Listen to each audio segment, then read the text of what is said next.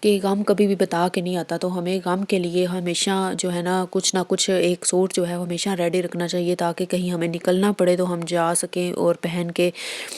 بآسانی ہمارا پریس ہوا ہوا وہ سوٹ، کیونکہ ہم پاکستان میں رہتے ہیں اور یہاں پہ لوڈ شیڈنگ بھی آپ کو پتہ ہے کتنی زیادہ ہے۔ اللہ نہ کرے کہیں پہ ہم نے جانا ہو تو لائٹ ہی نہ ہو تو ہم کپڑے کیسے پریس کریں گے، تو کیسے جائیں گے؟ بہت سے لوگ جو ہے نا کہیں پہ اس وجہ سے نہیں جا پاتے کہ ان کے کپڑے پریس نہیں ہوئے ہوتے، اور کپڑے پریس کرنا بھی ہمارا اپنا ہی کام ہوتا ہے۔ آئی ایم سوری، برداشت کیجیے گا میری آواز کو، کیونکہ مجھے بہت زیادہ بخار ہے اور فلو بھی ہوا ہوا ہے، ٹھیک ہی نہیں ہو رہا۔ میں کوشش کر رہی تھی کہ میں وائس اوور نہ ہی کروں، لیکن پھر ابھی طبیعت ٹھیک ہی نہیں ہو رہی، تو پھر میں نے کہا مس نہ ہو جائے، تو اس لیے میں کر دیتی ہوں۔ آپ لوگوں کے اتنے پیارے کمنٹس آتے ہیں، میرا دل چاہتا ہے کہ میں جیسی بھی طبیعت ہے نا، جو بھی جیسا بھی ہے، تو میں جلدی سے آپ لوگوں کے لیے ولاگس جو ہے نا بناؤں، شوٹ کروں اور پھر لگا دوں،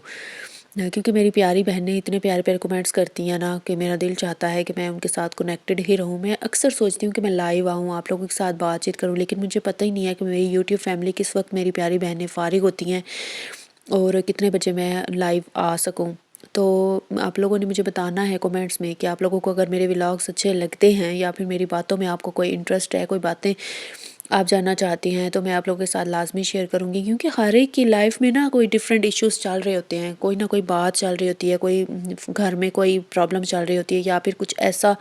چل رہا ہوتا ہے کہ کچھ اچھا فنکشن آنے والا ہوتا ہے یا کچھ بھی ایسا ہونے والا ہوتا ہے۔ تو میں بھی آج کل خوش ہی ہوں الحمدللہ، کیونکہ ہماری فیملی میں بھی ایک فنکشن آنے والا ہے،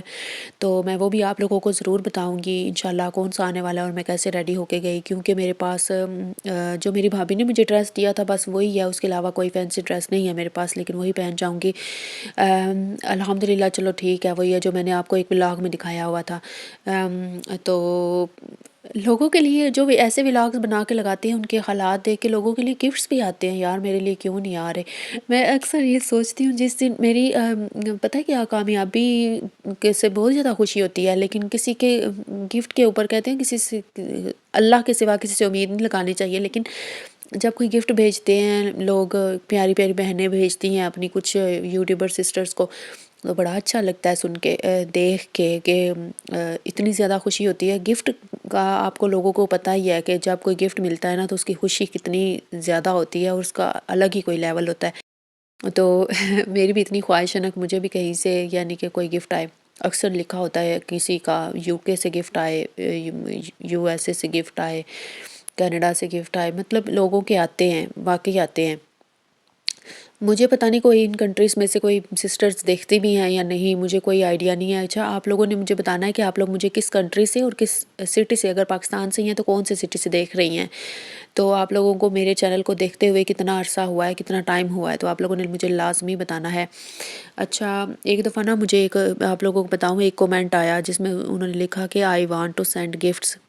میں نے رپلائی کیا کہ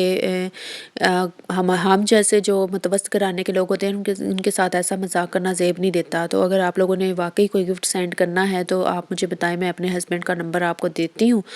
تو آپ ان سے بات چیت کر لیں، تو وہ آپ کو سب بتا دیں گے۔ اور اگر یہ مذاق ہے تو پلیز آئندہ ایسا مذاق ہونا نہیں چاہیے، کیونکہ کسی کی فیلنگس کو ہرٹ کرنا، کسی کو ایسے کہنا کہ میں I want to send gifts لیکن پھر آپ لوگ نہ بھیجیں، تو یہ ایک کافی زیادہ ہرٹنگ بات ہوتی ہے نا۔